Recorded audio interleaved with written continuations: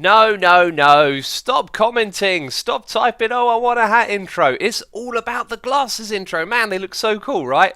Oh, they look amazing. Also, do I also have cat ears now? It appears that I do. Welcome back, everyone, to another episode of FoolCraft. And if you haven't seen the previous episode, you probably want to go back and check that out before you watch this one, as there is a project in front of me that looks kind of ugly. You know, if we look at what's behind me, wow, amazing. What's this? Well, it's temporary, okay? I've been experimenting and I've kind of stumbled in to something fantastic. So in an attempt to increase the amount of loot bags that we are generating here on the server, we have 8 slime spawners running at full capacity, and you can see when they go down there, they are getting absolutely destroyed and wrecked. I'm going to let you think about it. What is killing them so fast? There are mechanical users down there, we can see that, but these things are getting absolutely destroyed. They're getting destroyed with looting free. You know, the farm has some flaws. Sometimes slimes escape. It needs a bit of a redesign in places. This thing, though, is so crazy. It can get a little bit choppy down here. That's a pun because we're using Choppy McChopface. And it can get a little bit noisy as well. What you'll see is these mechanical users have the things we've been getting out of the full bags in. And do you know what? It is making so much noise, I think I'm going to turn it off for a second. And the way to do that is actually down here. So let's give that a slap. Yes, I've loaded up mechanical users full of Choppy McChopfaces and the Queen of Hearts sword as well. There's a Choppy McChopface. So we're killing them extremely fast, and then at the top there I've been crafting loads and loads and loads of solar panels so we can have enough power to run this thing around the clock. And it basically runs throughout the day and a little bit during the night time, which means that we have, you know, got on ourselves a ridiculous amount of loot bags. These are all filled up right here.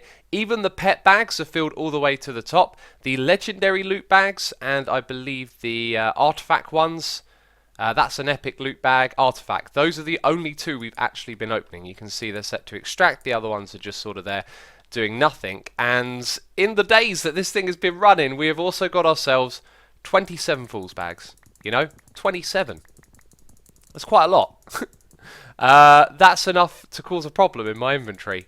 That's how many we're getting here. It's absolutely bonkers. I should put those back and open them in a moment. We've seen everything that's in these so far. I haven't been using the sunblades in this farm, by the way. Oh, so that's 2 useless ones. We can expand the size of this farm based on these Fools bags that we're getting right here, because we're going to open them and we're going to get more Choppy McChopfaces. Now, the reason we're using that in the Queen of Hearts is because it has... Oh, this one's got luck 5 on it. That might be even better than the Queen of Hearts one. That also has luck 5. Okay, I believe that counts as looting free. You can see down below it actually says looting free and fortune free. There's a lot of text to look at, okay? So luck 5 and looting free, 2 amazing things that we want to use in this farm. Anyhoozle, this episode I want to focus on creating more power so that we can increase the size of that farm and farm more and more loot bags, because in the loot bags is Escalium. Peeps, we're farming Escalium.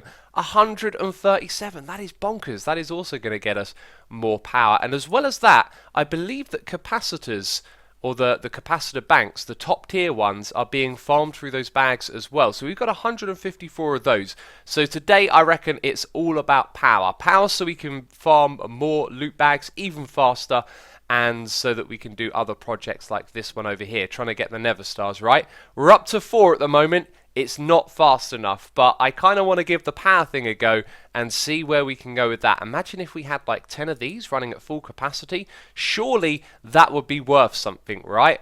Well, anyway, we're going to start off by crafting solar panels, and that requires me to do... Oops, I did that the wrong way around, didn't I? To do some automation, which we're going to go through in just a moment. First of all, what I want to do, though, is craft up all of this Escalium. Let's get it back on there and then craft it up in here. So all of that was equal to 15 blocks of Escalium. When I restore the glass here, this thing will be producing faster than ever. And if we'll visually see the difference from a moment ago, I don't know. Kind of looks the same to me, to be fair, but we are producing more power through there now. Do we see any change over here? No, it's still sucking out every little bit of power that it gets. That's Fantastic. However, if we come in here and we just disable it for a moment, we will see exactly how much this is producing. Okay, so we're up to 4,800 per tick. That's pretty cool. That's pretty decent. I believe we were in this area as I just finished recording last time, so you can see kind of what's changed straight away. This room here has been reduced. I've gone around and done some of the little details like adding in the edges, and I've set us up for a second floor that's going to go down below as we're starting to run out of space, as this is directly below the surface, right? And down here we're going to have some fun with changing the build theme up a little bit and making it a little bit darker and industrial. But lighting glitches, not happy about them, but whatever. Here's an interesting thing: when you hold the texture in your hand, it goes away, which is just really odd. Apparently when I hold glowstone, it's slightly different. Look at that. That's so strange. That's got something to do with Optifine and dynamic lighting, I reckon. Anyway, this room right here is going to have some enderio automation. Yeah, some of that stuff in there, and that room's going to have a slightly different layout than usual. As you can see, we've got some of those blocks in the background, but we will get to that when we get to it. I want to show you how I make these solar panels first of all. So what I've been doing is coming over here and just chucking some coal into the sag mill to get some coal dust or pulverized coal, and over on this side what we do is we chuck in glowstone and some quartz as well, and 4 of each of those makes 1 enlightened fused quartz. Now I want to automate those obviously, and I also want to automate the crafting of capacitors, so we have large amounts of these things in our system right here. If we go and type in solar panels, these are the things we want to automate right here. I can craft pretty much all of this, but there's the enlightened fused quartz, and there's the double layer capacitor that requires the coal powder. When it comes to the next level up, we've already got loads of this. Dark fused quartz is another thing we're going to have to automate, so I need another alloy smelter set up for quartz and some of the black dye, which I'm not sure if we're farming yet. Yeah, and then we've got those things, so we're farming all of that, so we don't need to worry about adding anything. And then this right here is going to be an interesting thing to automate. I believe it is possible to automate putting endermen into soul vials and then attaching them to a vibrant crystal and creating one of these. Shouldn't be too difficult, but we'll tackle that when we get to it. Let's first of all start off with the basics. Let's grab these conduit facades and let's get to work, people, because we got some serious business to do.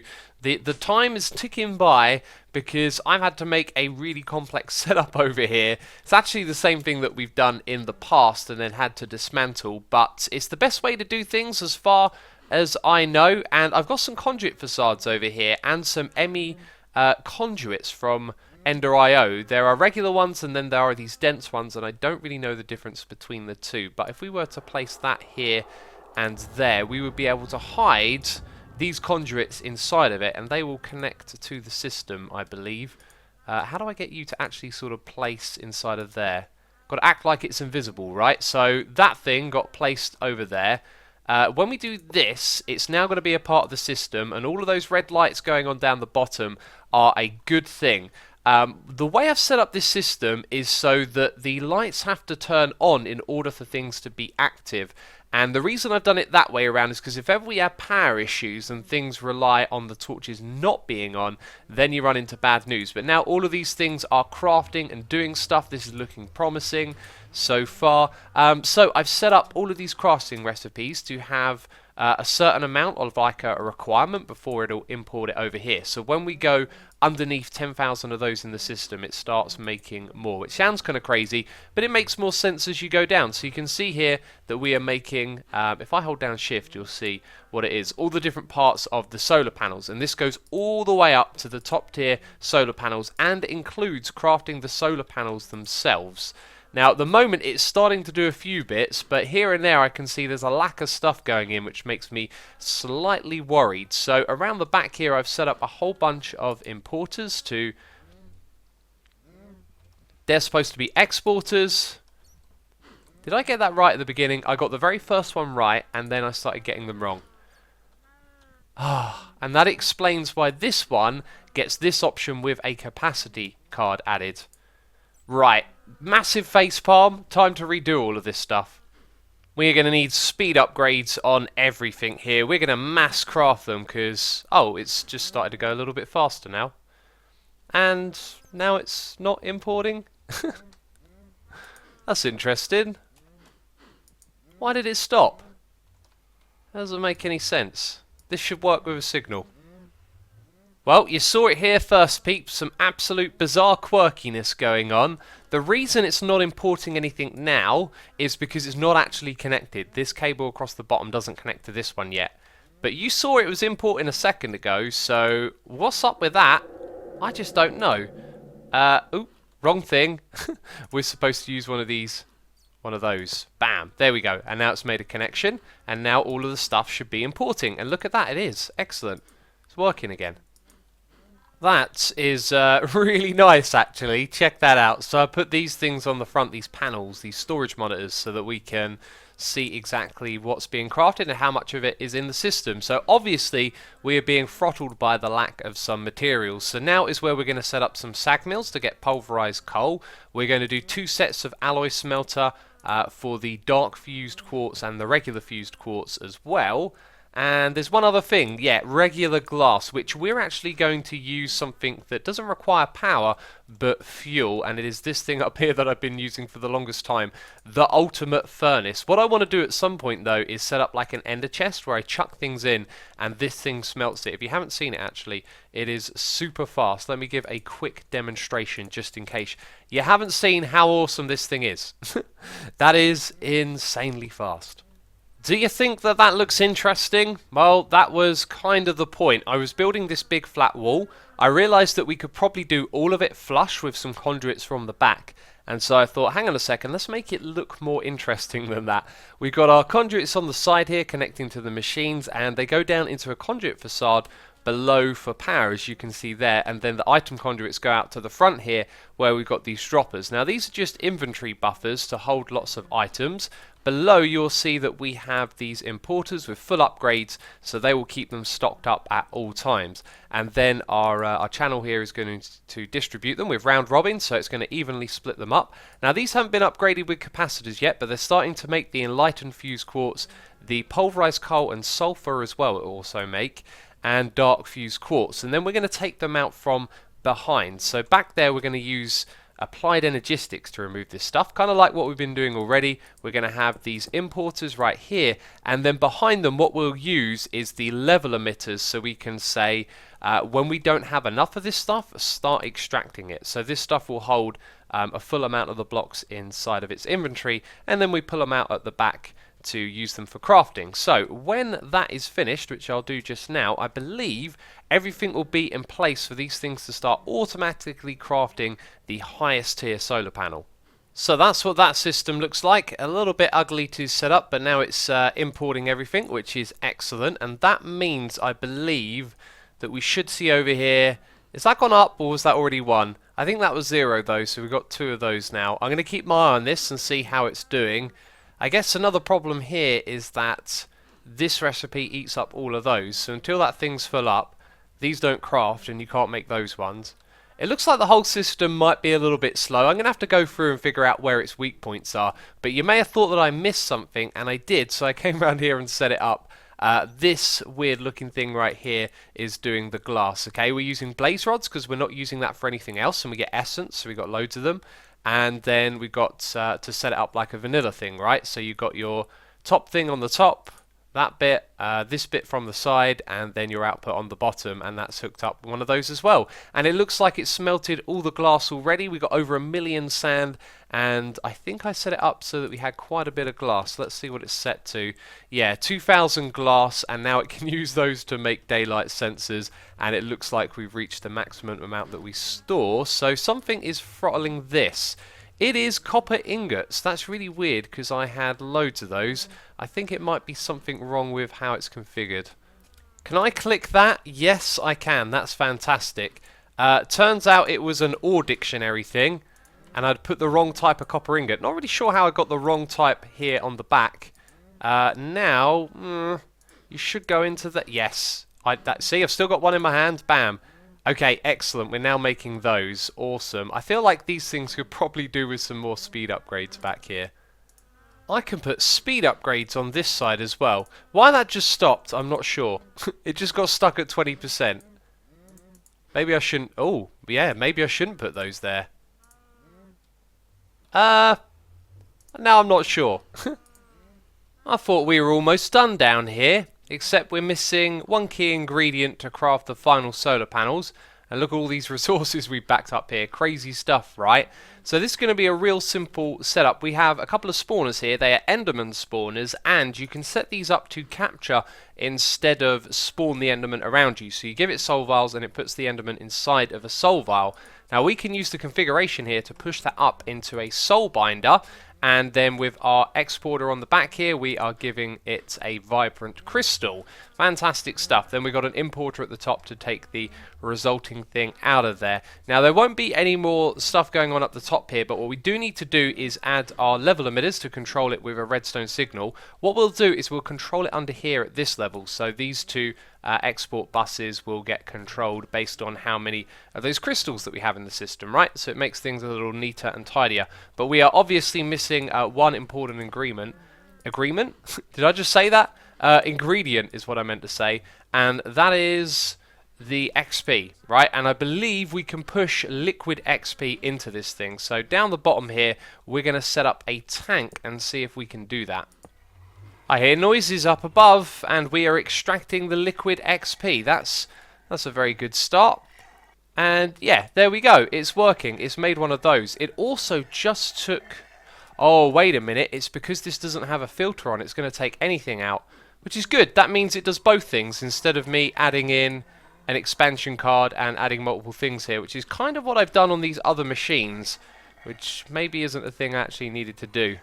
Alrighty then, the level emitters are set up down below. There's a whole bunch of crazy chaos going on around there, and this is a very efficient piece of kit. We've got little Endermen spinning around there, and these things spin around as well, which looks seriously cool. Does the Enderman head... Yeah, it changes. Look, the eyes go purple when it spins. That's really cool. It's now producing loads of those crystals for us, and that means we can stand over here, we can see these things whirring away as they craft loads of stuff for us, and slowly this number over here ticks up. Now I'm going to have to wait a while because we're going to need a lot of these for the project I have in mind.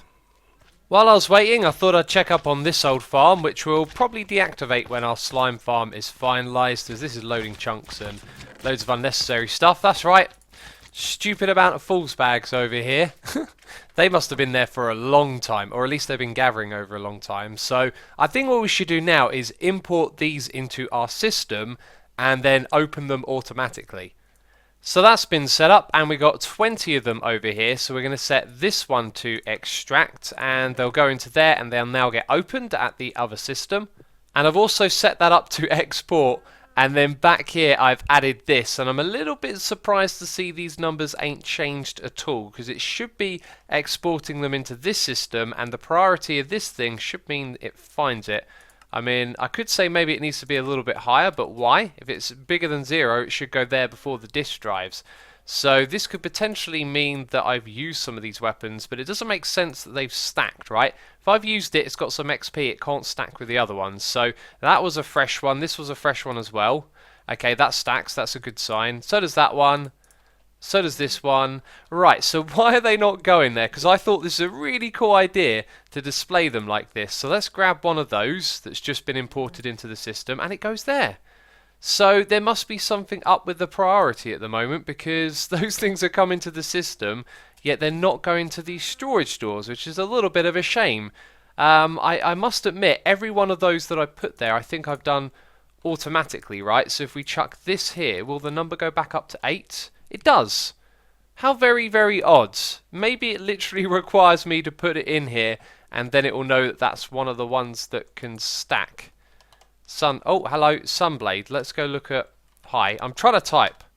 12, and it puts them all together, yet they're not all in the same place. If I take all of those out, then they can all go there.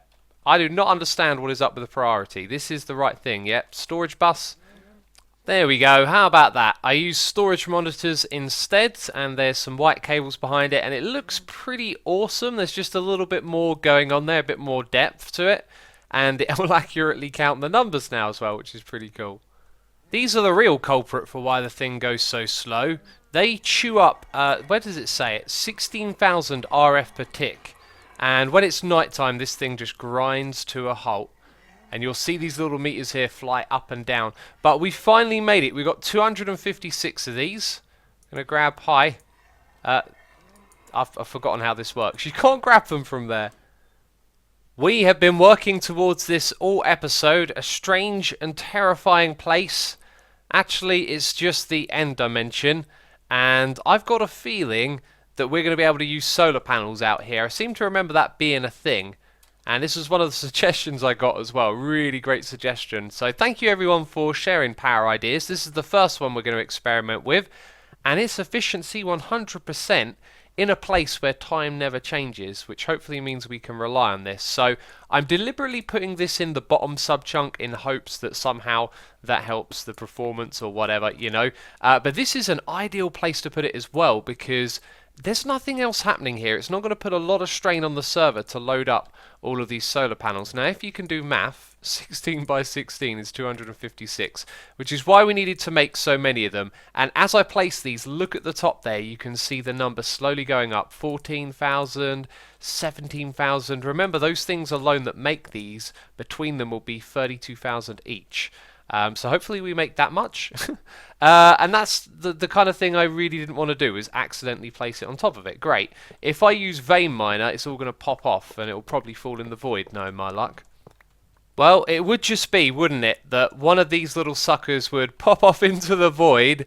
It would just make just under 41,000 in total. These do 160 each. And that is incredible. Look at that thing. It looks so crazy. And we're going to build a massive network of them out here. Now, obviously, what I also want to do is add a dimensional transceiver and a chunk loader as well. Where did those blocks come from? I do not know. This thing might need to be placed on top of a block. No, it doesn't. It's just going to sit like that. So it's now loading this chunk and the ones around it, which we are going to fill with solar panels over time. And what I'm going to do right now is set up a channel for this. So, VFX Solar 1, and something just crossed my mind. There is a maximum amount of power you can send through here.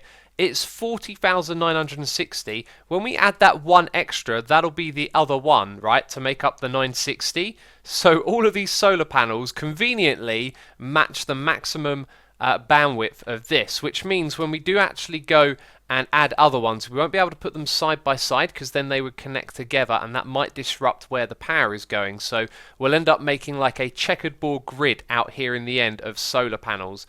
And I really want to fill this thing. I want to go crazy with this project, you know. And this is where I think we're going to wrap things up for this episode. If you've enjoyed it, leave a like on the video. As always, thank you for the support on the FoolCraft series. I cannot wait to get back on here and record another video for you. But that's going to be it from me today. And yeah, hopefully when we start the next episode, we will be here again with even more solar panels. But yeah, thank you for watching, and I'll see you in the next one. Bye-bye.